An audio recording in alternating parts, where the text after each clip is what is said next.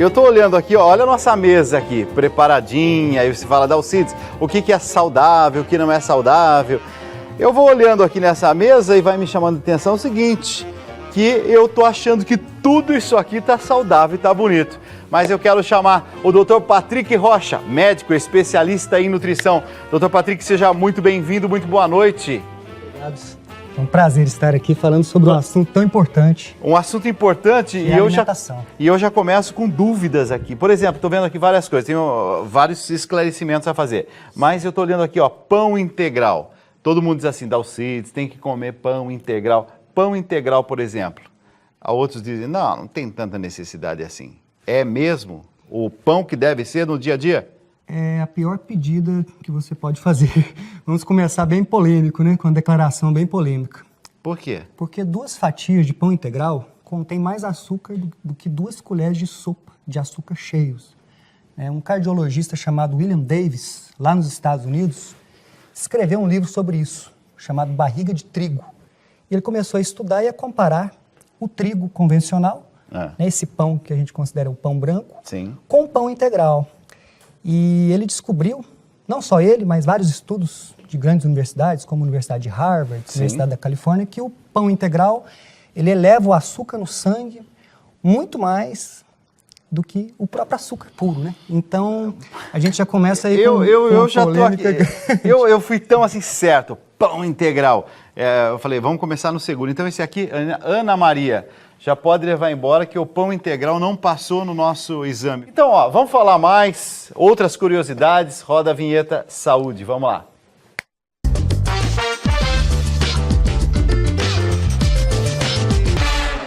O doutor já está aqui com a gente, o doutor Patrick Rocha, ele que é especialista em emagrecimento feminino e nutrição, presidente do Instituto Nacional de Estudos da Obesidade e Doenças Crônicas.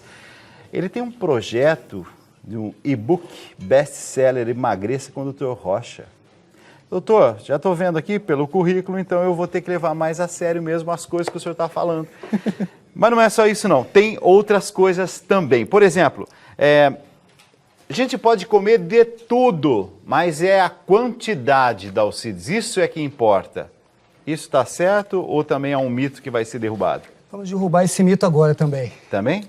Porque tem alguns alimentos que... Uma coisa é você ter uma saúde boa, um metabolismo funcionando a todo vapor. Ok.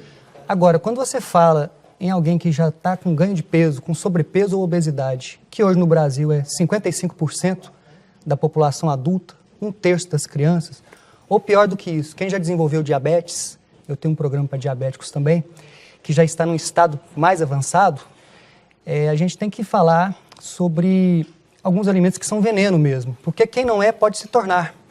E nós estamos hoje no Brasil com 14 milhões de diabéticos e com a previsão aí de um aumento aí muito substancial nos próximos 5 anos. Olha, falando de diabético, de Parnavaí, no Paraná, é o Wilson Brescancin. Ele está dizendo que ele é diabético, estou usando alimentação inteligente do Dr. Rocha faz 9 meses e a partir das primeiras semanas os meus índices de glicemia melhoraram. Diminui pela metade os meus remédios e emagreci 4 quilos. Por isso eu estou recomendando essa alimentação inteligente, diabetes controlada. Mas o que é essa alimentação inteligente, doutor? A alimentação inteligente, eu chamei ela de alimentação inteligente, porque ela já foi adotada pelo governo da Suécia. Então, lá eles pesquisaram, começaram a levar mais a sério o que nós chamamos de níveis de evidência científica, que são estudos que levam a sério a questão da saúde. Não são baseados em achismo, são estudos como ensaios clínicos randomizados, como meta-análises, que mostram que a alimentação para quem é diabético ou para quem já está com sobrepeso ou obesidade, ela tem que ser de baixo carboidrato. E o que é carboidrato? Carboidrato é açúcar. Aquela primeira pergunta que você me fez sobre... Aquela massa gostosa, por exemplo? Aquela massa gostosa, aquele pão integral que você me perguntou, aquela barra de cereal, isso tudo é carboidrato. Então a barrinha de cereal, eu uso uma barrinha de cereal ao longo do dia, eu vou comendo nada, está errado. Está errado. Se o seu objetivo é ter uma boa saúde e chegar aí aos 50, 60, sem diabetes ou sobrepeso ou obesidade, é bom que você comece a pensar que essa alimentação ela tem que ser de baixo carboidrato. Né? Adoro as dicas do Dr. Rocha, ele sabe o que diz, é a Cláudia de Papagaios, Minas Gerais. Ana Maria, tô vendo essa mesa abundante, pode escolher um produto aí e traz aqui, vamos ver se passa pela análise ou não. Opa, Ana Maria já foi direto no chocolate. Esse é o preferido das mulheres, né? Dizem que comer um pouquinho de chocolate é algo bom, é positivo. Positivo é desde isso, que ou não? É positivo desde que seja um chocolate com alto percentual de cacau, pelo menos 70%, 85% é o ideal e acaba sendo um chocolate mais amargo, porque o que chamam de chocolate, na verdade, é pasta de cacau com muito açúcar. Quando eu falo açúcar, eu estou falando aí de um outro alimento que pode trazer problemas. Agora, é aquela história. Pequenas quantidades aí, como uma sobremesa, um quadradinho desse, o difícil... Um quadradinho desse aqui, tudo bem. Eu estou vendo aqui, o que é esse aqui? É 85? É meio amargo. Quando fala meio amargo, já é para cima de 70 ou não? Geralmente acima de 50, né? De 60, já é meio amargo. Isso aqui, por exemplo, pode ser uma sobremesa? Se for meio amargo, sim. Sim? Com certeza. Então quem está em casa também, se está com vontade de comer um negocinho desse aqui, não há problema. Não vai ser nenhum problema maior, não. Com Doutor, certeza. Tenho dúvidas em... Nossa, mas tem muita pergunta chegando. Bom, vamos aqui para mais perguntas, questões. De Iguatu, no Ceará, a Vicentina está dizendo sobre reumatismo. Tenho reumatismo, tem alguma alimentação que vai ajudar nesse caso? Alimentação inteligente, que é a alimentação de baixo carboidrato, ela ajuda bastante, porque nessa alimentação nós retiramos esse excesso de pães, de massas e também o excesso de óleos vegetais poliinsaturados, óleo de soja, óleo de canola. Esses óleos, eles são inflamatórios e pouca gente sabe disso. Margarina é veneno? A margarina é veneno.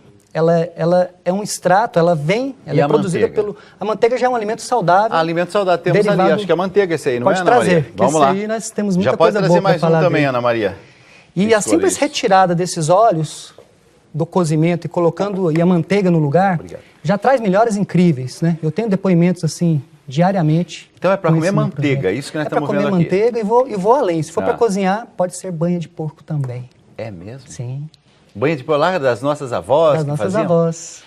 Elas não tinham essa quantidade de problemas que nós temos hoje. Olha aqui, de Santo André, o José Venâncio está dizendo assim: Dr. Patrick, parabéns pelo belíssimo programa Diabetes Controlada, ensinando a população a ter vida mais saudável, sem remédios. É mesmo sem remédio? A ideia a ideia. Arregaçar as mangas e vamos para a luta. Vamos para cima, porque existe hoje um excesso de medicação que, se você usar uma alimentação de baixo carboidrato, dá para retirar em alguns casos e em muitos casos dá para reduzir também, né? Então nós temos casos de retirada e até de reversão de diabetes tipo 2 com alimentação de baixo carboidrato, que é a alimentação inteligente. A nossa produtora Fernanda está desesperada aqui no meu ouvido, dizendo: meu Deus, mas onde que a gente vai encontrar então agora energia, visto que carboidrato está meio banido? E aí? Opa, boa pergunta. Muito fácil, muito simples. O nosso corpo, geneticamente, ele lida muito bem, ele consegue lidar bem com carboidratos fibrosos, que vem o quê? Da mandioca, né? Que vem também aí da beterraba, da cenoura. E, por incrível que pareça, poucas pessoas sabem, mas os estudos mostram que o nosso organismo ele usa muito bem a gordura saturada como fonte de energia. É considerado um supercombustível, inclusive, para o cérebro. Tem um neurologista chamado David Perlmutter que escreveu um livro chamado A Dieta da Mente. O original em inglês é Grain Brain, cérebro de grão. Ele estuda o efeito nocivo dos carboidratos no cérebro. E ele fez um estudo muito bacana que mostra que se você reduzir os carboidratos, começar a utilizar gorduras saudáveis no lugar e proteínas de alto valor biológico, gorduras saudáveis são o quê? São os ovos que estão ali, eu já vi que tem ovos ali, né? A própria manteiga também, o óleo de coco. Você consegue, em pouco tempo, reduzir essas medicações de reumatismo para diabéticos e ter uma vida muito mais saudável e ter essa energia que nos primeiros dias existe uma abstinência, a pessoa tem que se acostumar. Mas com o tempo, o organismo usa as gorduras como combustível de forma tranquila e perfeita. Existem atletas até profissionais de alta performance. Isso, nós chamamos isso de cetoadaptação.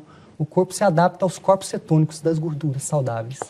Temos questões, perguntas do Brasil inteiro. Que bom que você está participando, hein? Nosso repórter, vamos lá, Luiz Henrique.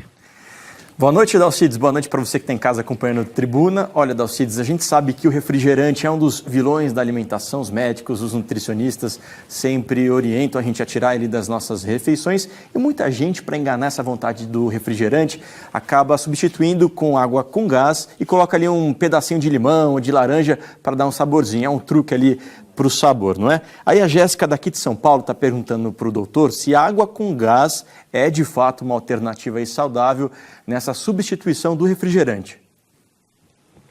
Com certeza, é uma ótima opção para matar essa vontade, porque o refrigerante, ele, independente de ser diet, de ser zero ou de ser normal, ele tem umas propriedades muito adictivas, né? Ele realmente causa uma dependência, ele estimula centros de prazer no cérebro e colocar essa água gaseificada com limão é uma excelente opção. O Rogério aqui de São Paulo está dizendo assim, a hora que o Luiz Henrique começou a fazer a pergunta, ele disse assim, mas meu médico falou que água com gás também não é bom. Rogério, está certo ou está errado? Ou o médico do Rogério? Ele precisa de se atualizar, né? Sei. Realmente não há problemas. É coisa do passado? É coisa do passado. É claro que nós não podemos deixar o ótimo ser inimigo do bom, né? Quer dizer, o ideal é tomar água pura mesmo, uma água que venha de uma fonte próxima, que não percorra muitos quilômetros nesses galões que formam xenoestrógenos. Mas nós estamos vivendo um período que quase tudo é contaminado, né? Então nós não podemos também entrar assim numa paranoia. Eu não consigo comer de 3 em 3 horas. Não precisa? Não precisa? Não, de forma alguma. Ah, mas doutor, então tudo que nós aprendemos está tudo meio errado, então é isso? Eu costumo brincar, Dalcides, que se nós fizermos tudo o contrário do que dizem atualmente, nós vamos estar no caminho certo. Falando em caminho certo, vamos ver as frutas então, se nós estamos no caminho certo. Vamos lá. Ana Maria vai trazer aqui agora um prato de fruta. Tem mais fruta lá? Não tem, né, Ana? Não, é só isso aqui. Então vamos lá. Esta fruta aqui, o nosso abacate, maravilhoso. Sensacional mesmo? Excelente fruta. Tem pessoas que falam assim, nossa, doutor Rocha, eu recebo essa pergunta direto, né? Mas não... tem gordura, não vai causar problemas? De forma alguma. A gordura do abacate é uma gordura saudável, ela é monoinsaturada, ela é igual do azeite de oliva. Então ela é excelente para trazer nutrição, saciedade, rica em vitaminas e mantém você saciado com a sensação de estar cheio por muitas horas.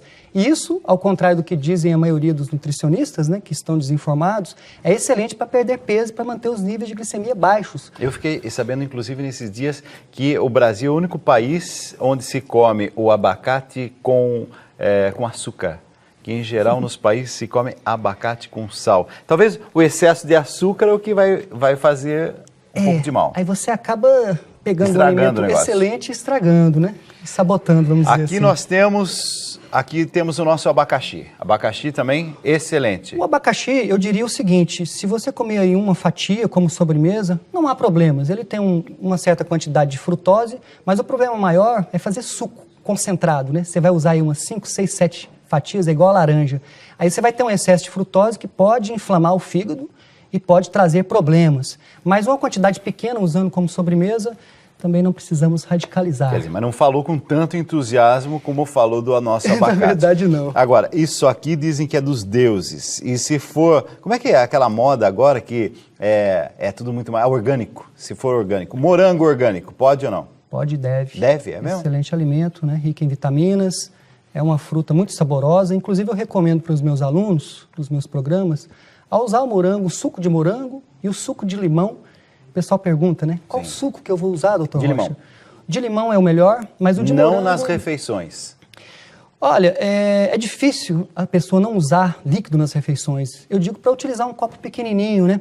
Porque é quase impossível. É tipo da coisa que você recomenda e ninguém faz. Café, tá liberado. O café é uma bebida que tem uma série de propriedades benéficas para o organismo.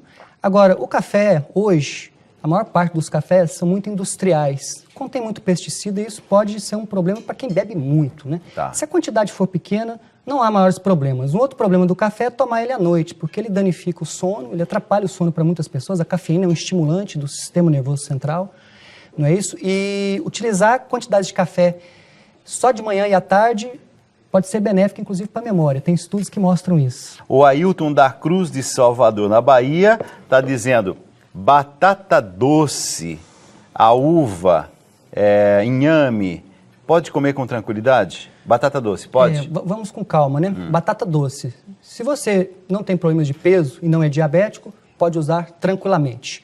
Se você tem problemas de sobrepeso ou obesidade e é diabético, tem que moderar, utilizar pequenas quantidades. O inhame é uma boa opção, mas para quem é diabético, tem que ficar de olho. Eu costumo recomendar para os diabéticos o seguinte: faça um exame, o teste do glicosímetro, né, aquele que você fura o dedo, Sim. faça ele antes da refeição e 1 hora depois. Se der abaixo de 140, tranquilo. Então, cada um vai achar a sua quantidade certa de alimento, porque cada organismo é único. Então, isso aí é individualizado. Inhame, uva. A uva, né? A uva é não exagerar também, é como abacaxi, porque ela tem bastante frutose, né? Então, se comer algumas aí como sobremesa, não há problema. Suco de uva nem pensar. Suco de uva, eu costumo recomendar para quem gosta muito, colocar uma pequena quantidade daquele suco concentrado e diluir bastante com gelo, água. que aí não há problemas. Aipim. Aipim É macaxeira, mandioca, né? Eu acho que o bacana da mandioca é a tapioca, né, que é feita da mandioca. E a tapioca pode ser uma excelente opção para substituir os pães integrais, essas massas, para quem gosta demais. Ela é uma opção boa, você faz de massa fina e recheia aí com carnes, com queijos. Ajuda bastante quem quer emagrecer ou controlar a diabetes. Eu estou vendo aqui carne. E é outra coisa polêmica. É um assunto polêmico. A minha irmã, por carne, exemplo, tem uma irmã que diz assim, proibiu a família. Diz que ninguém mais vai comer carne aqui em casa. Assim, sabe? Uma decisão radical. E obrigou todo mundo. Tá certa ela ou não? Olha, os nossos ancestrais, se nós voltarmos nossas gerações, se nós pudéssemos entrar numa máquina do tempo e voltar em uns 15, 20 mil anos, né, nós íamos nos deparar com a seguinte situação. Nós vivíamos do que nós caçávamos, antes da revolução da agricultura, né, uns 15, 20 mil anos atrás, do que nós caçávamos e comíamos tudo que podíamos, o tanto que podíamos, e ainda tínhamos que fugir para não ser caçados, né? Então, assim, a carne, a nossa genética é perfeitamente adaptada a usar carne vermelha, de preferência com a gordura natural dela, porque isso traz saciedade. Isso é um problema sério, a carne muito magra, ela acaba, não que ela seja ruim, mas com a gordura natural é melhor. Agora, as melhores carnes, no Brasil nós temos essa vantagem, nos Estados Unidos não, porque lá eles criam muito gado confinado comendo trigo, rações. O Brasil hoje, acho que 80% come, pastam, né? Os gados pastam. Então essa carne é uma carne boa e ela é rica em ômega 3, olha que interessante. Aqui tem uma semente, o que é essa semente aqui? Essa é a soja verde. Soja? Soja verde? É. Soja também diz que já está banido, é isso? A soja é um péssimo alimento para crianças, adultos e idosos. O que os estudos das maiores universidades têm mostrado com a soja? A soja na sua forma fermentada, que não é muito utilizada no Brasil, a não ser que você vai num restaurante japonês, que eles têm lá o tofu, o tempê, aqueles pratos fermentados, ela é ótima. Mas no Brasil essa soja, o extrato de soja, ou até mesmo o tal do leite de soja, é terrível, porque além do açúcar que vem nele, nós temos aqui substâncias que deprimem a tireoide. Nós chamamos de agentes goitrogênicos. Então, tem muita gente aí com hipotireoidismo por conta da soja. Em crianças é pior, porque atrapalha o desenvolvimento sexual, formação dos testículos. Nós temos casos aí de crianças, adolescentes, com infertilidade por conta da soja, pelo excesso de soja. Então, é um alimento que, se não for fermentado, que não é da nossa cultura, é bom evitar. A Nazaré Lima, do Rio de Janeiro, está dizendo o seguinte: doutor, eu sou muitíssimo magra. Eu preciso urgentemente engordar 5 quilos. Está afetando a minha autoestima. Estou desesperada, me dá uma luz. Nazaré, calma lá. Vamos lá, doutor Rocha, fala pra gente. É uma pergunta que eu recebo raramente. A maioria das mulheres que me procuram é querendo emagrecer, né? E ela aqui, ela está dizendo que para ela é um problema. Mas existem pessoas que realmente precisam engordar. O que eu recomendo? Nazaré é o nome dela, né? Nazaré, você deve buscar nos tubérculos, que são fontes de carboidratos saudáveis, né? Nas proteínas de alto valor biológico, carnes, ovos, e procurar fazer musculação, porque a musculação ela traz um ganho de massa magra, de hipertrofia. E a massa magra vai melhorar o metabolismo dela, vai melhorar a autoestima, e para a mulher é um excelente caminho fazer uma atividade física como a musculação e não ficar aí muito em esteira não, porque isso aí acaba queimando massa magra que ela já tem pouca. Isso é o que a ciência nos mostra. Um estudo da Universidade de Harvard nos mostra que a atividade física com ganho de massa magra, por caso dela que tem pouca, é um ótimo caminho. Para quem tem que emagrecer é parecido também. A Regina de Matozinho está falando, pronto, só falta agora ele dizer que o glúten também está liberado. O glúten é um veneno, eu nem falei nele, poderíamos passar aqui alguns programas falando só sobre o glúten. Então isso está certo, temos que evitar o glúten. Temos que evitar o glúten, mas existe aí fora, dentro desse marketing sem glúten, muitos alimentos, vamos dizer assim, lobos disfarçados de cordeiro, né? O pão sem glúten é um exemplo. Tá. O pão sem glúten, eles tiram o glúten, mas é repleto do açúcar do pão, que é a amilopectina, que é terrível, né? Então, assim, alimentos sem glúten devem ser evitados, mas na sua forma natural, não buscar alimentos industriais sem glúten. Doutor, muitas perguntas chegando em todas as partes.